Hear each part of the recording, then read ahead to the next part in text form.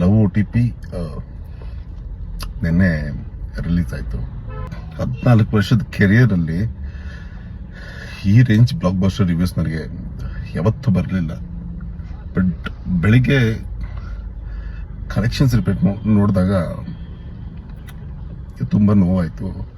Anish worth ಇಲ್ವಾ film ಇಂಡಸ್ಟ್ರಿಯಲ್ಲಿ ಅಂತ ಕ್ವಶನಿಂಗ್ ನನಗೆ ಸ್ಟಾರ್ಟ್ ಆಗಿದೆ. ಇಲ್ಲಿ ನಿಲ್ಲಿಸ್ಬಿಡ್ಬೇಕಾ? ಬಿಕಾಸ್ ಇಂಥ ಬ್ಲಾಕ್ ಬಸ್ಟರ್ ರಿವ್ಯೂ ಬಂದ್ರೂ ಯಾಕೋ ನಾನು ರೀಚ್ ಆಗಕ್ಕಾಗ್ತಿಲ್ವಾ, ಇಲ್ಲ ಜನನ ಸೆಳೆಯಕ್ಕಾಗ್ತಿಲ್ವಾ? ಬಂದು ನಿನ್ನೆ ಪ್ರೆಸ್ ಅವರೆಲ್ಲ ಕಾಲ್ ಮಾಡಿ ಅವ್ರು ಶಾಕ್ ಇದಾಗ್ತಿದ್ದಾರೆ.